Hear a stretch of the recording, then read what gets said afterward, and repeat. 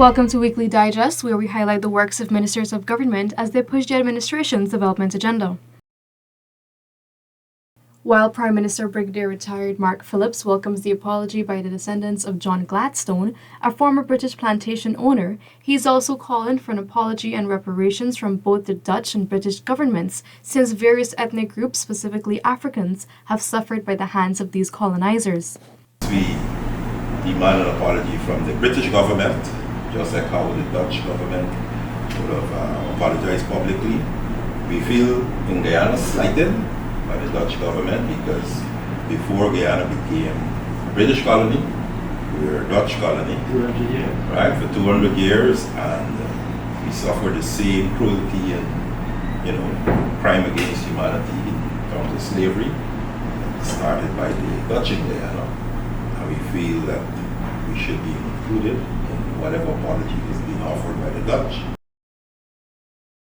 Minister of Agriculture Zulfikar Mustafa, along with a technical team, engaged several residents of Cotton Tree and Bush Lot in Region 5 on the benefits of farming as well as the government's agriculture policy and plans. Right across our country, we are encouraging our population to get involved in this important activity because we see agriculture as one of the most important activities for us. As a country, as a people, as a country that want to be the center of food production. What we are doing now, today, Guyana is leading the charge in agriculture in CARICOM. Guyana's agriculture sector has taken flight since 2020 with the mammoth amount of funds, training and access being given to farmers. To take the sector to new heights, government will be implementing the tissue culture method.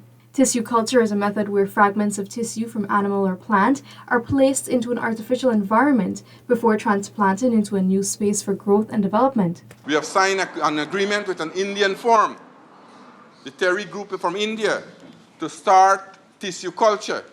Tissue culture is where you produce these plants. These plants is not prone to disease, and we can produce it in a larger scale. Instead of producing hundreds of plants, we can produce millions of plants.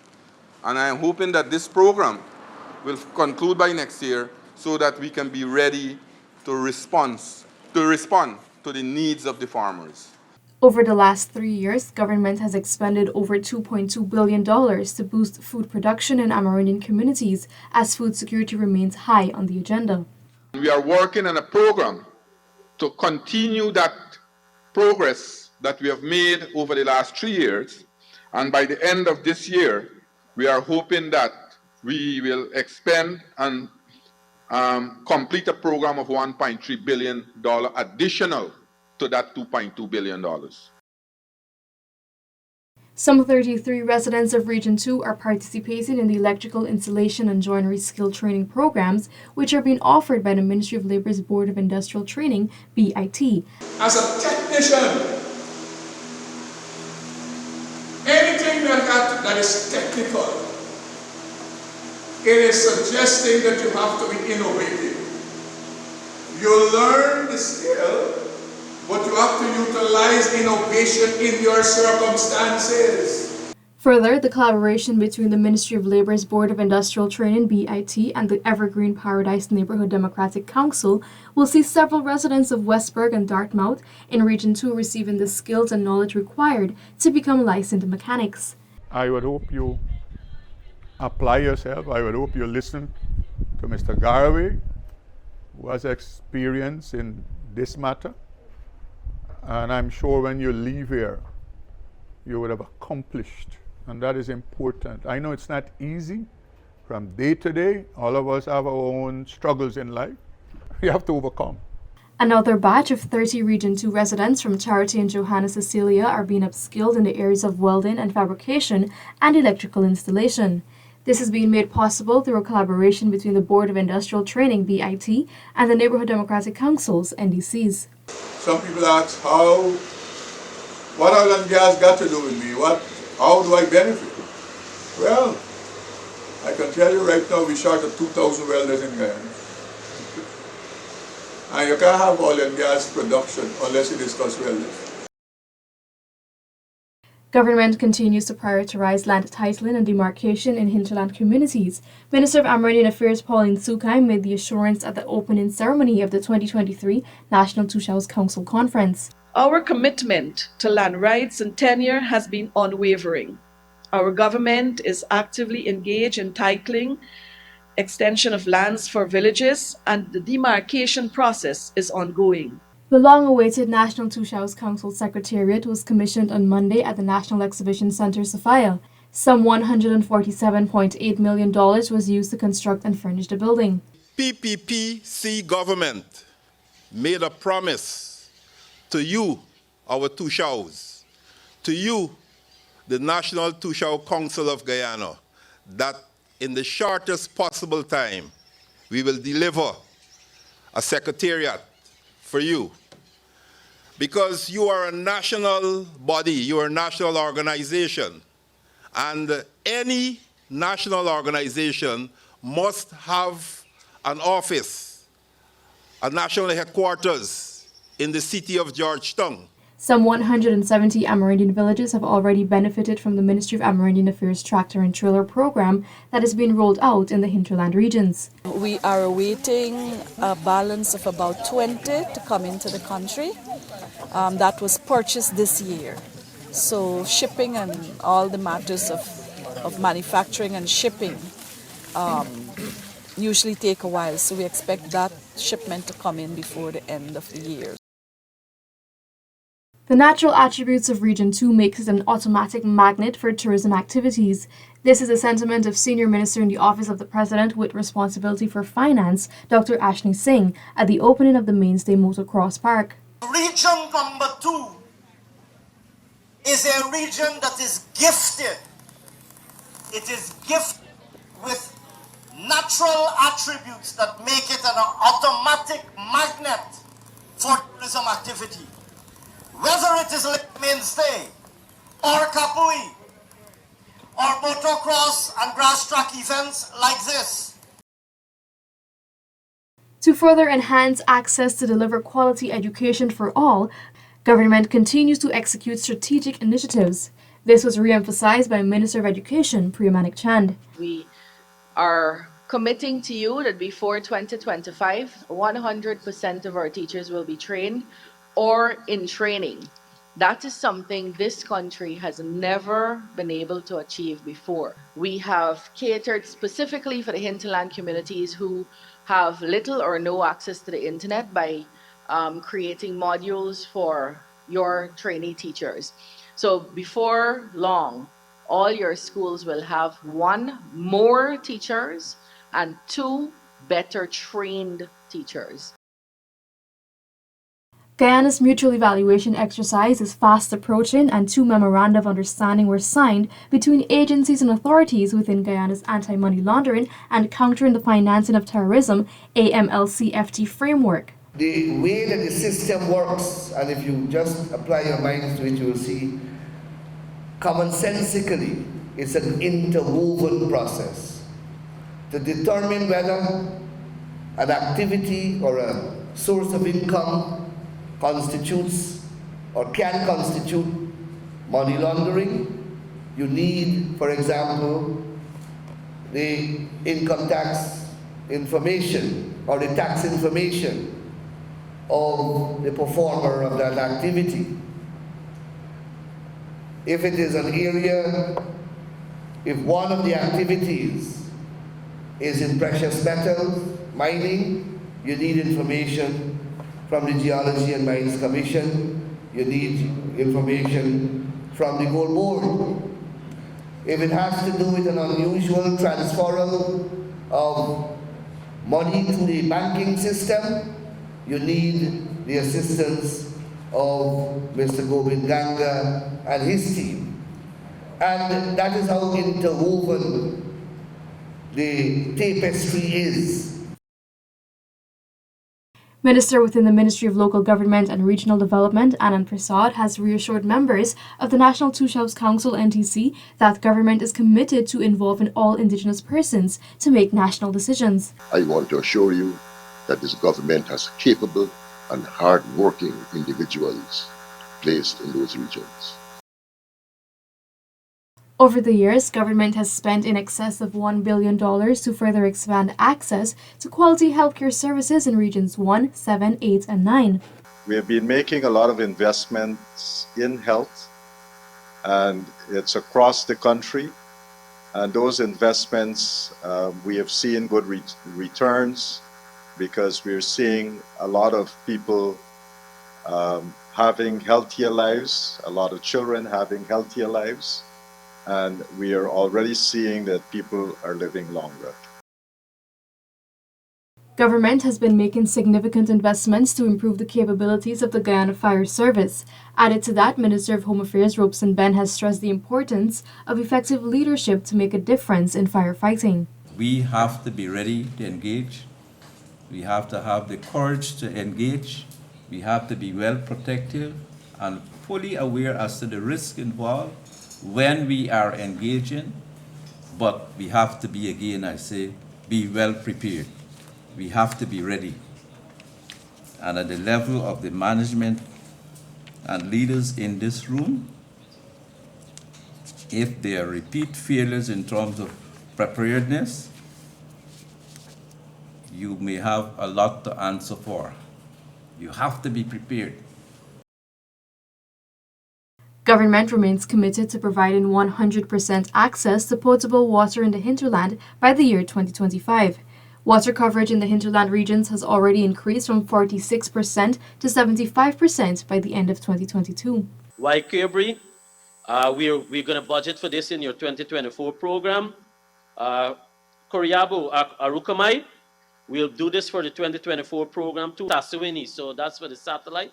So Tasawini, we'll put that on our 2024 program. Smith Creek, that's for a new well, and that's on 2024 program. Ornock, that's in part of the Machos Ridge cluster. Ornock, they have drilled a well, so that is one of the wells that we have drilled in the last 3 years. We'll drill another well in Ornock, but we're currently troubleshooting the interlink to see if we can still increase the capacity.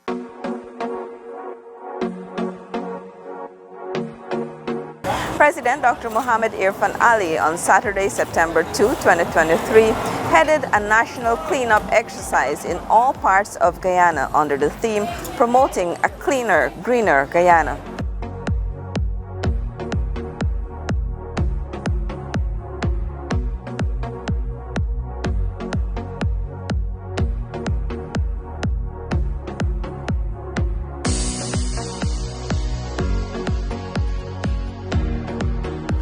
Several ministers of government were seen in various parts of the city as they joined the ranks of the joint services and other volunteers in cleaning up the city. This government-led initiative of cleaning up Guyana is part of a wider initiative transforming Guyana. We got to keep the place clean.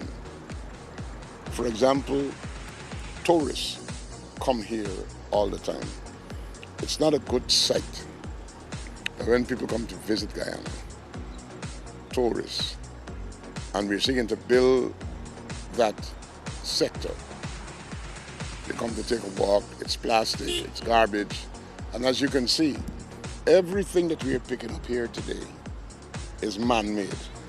This is not leaves from trees or things that fall out of the sky. This is users of this facility who didn't care to carry their garbage with them when they're going. Tins, bottles, chicken boxes, spoons, water bottles. There's a need for a culture change. It is supposed to be a continuous exercise, building responsible behavior with respect to keeping our country clean. This exercise is also taking place nationally. So there are many sites around the various regions that are taking time off to clean the environment. And so today we are cleaning here from Camp Street to Vicinjon Road, and there are many teams across the city that are also conducting a cleanup campaign today. I would want to appeal to the citizens of our country that we bear in mind that we need to have a clean environment and to practice responsibly, sanitation. I'm very excited again by the large turnout here for this effort, the national cleanup effort. The hope going forward is that this cleanup would encourage people to employ safe disposal practices for garbage and other things they wish to dispose of. So one hopes that as we go forward, that those who use these places will dispose of their garbage properly, and that the cleanup exercise will just be an effort to polish off the areas. That's what we set out to achieve. It's not just about cleaning for the day, it's about a change in our culture. And we have evidence in the country to show that culture on a small scale can lead to different outcomes. So for example, I've been to other places in the country, similar, not as densely populated, but very similar in the way that they live their life, meaning there's still lots of fast food and there's still lots of plastic water bottles, etc. But they don't have this accumulation of garbage. If you love this place, you have to take care of it. You love the country. I think people know internally that goes without saying. But there's a part of that moves beyond just saying, yes, I love the country, I love to be Guyanese, I'm proud to be Guyanese. There's a part of that moves beyond just saying, I love. It also has to go into the realm of saying, I do. And this is one of the ways that you can show that. Representatives of the joint services and the representative of the private sector also spoke with the Department of Public Information, DPI. This national cleanup exercise, you might just want to see it as a national cleanup exercise, but I see it more as an enhancement exercise, because we want to enhance our capital city, so when persons visit the capital city, they don't see it as a city that is littered with garbage, but they see it as a place that they would want to come, they would want to spend their money, we can attract tourists and so on. Cleanliness is important. It speaks volume. We have a lot of tourists coming to our country now, and I have also been traveling, and you notice one of the things that speak volume is when the place is clean. And so I would implore on other citizens and other members of the joint services, they are involved, but others can come on board and play their part in assisting. We can also speak to members who love to throw away their garbage to desist. Maybe you can have plastic bags in your vehicles and stuff so that you can wrap those garbage and place them in bins. Definitely it is. That is why the support is so tremendous this morning. And as you know, it's going on countrywide. So it's happening. It's making a change. And when it comes from the top, sometimes example has to be set from the top, and it is happening with President and Cabinet and all others coming out and be at a flat foot level with the people, cleaning. Other regions also conducted cleanup exercise in various parts of the country, also with support from the joint services and volunteers. This brings us to the end of this edition of Weekly Digest. For these and other government-related stories, do log on to our website at dpi.gov.gy and our social media platforms as well. Goodbye.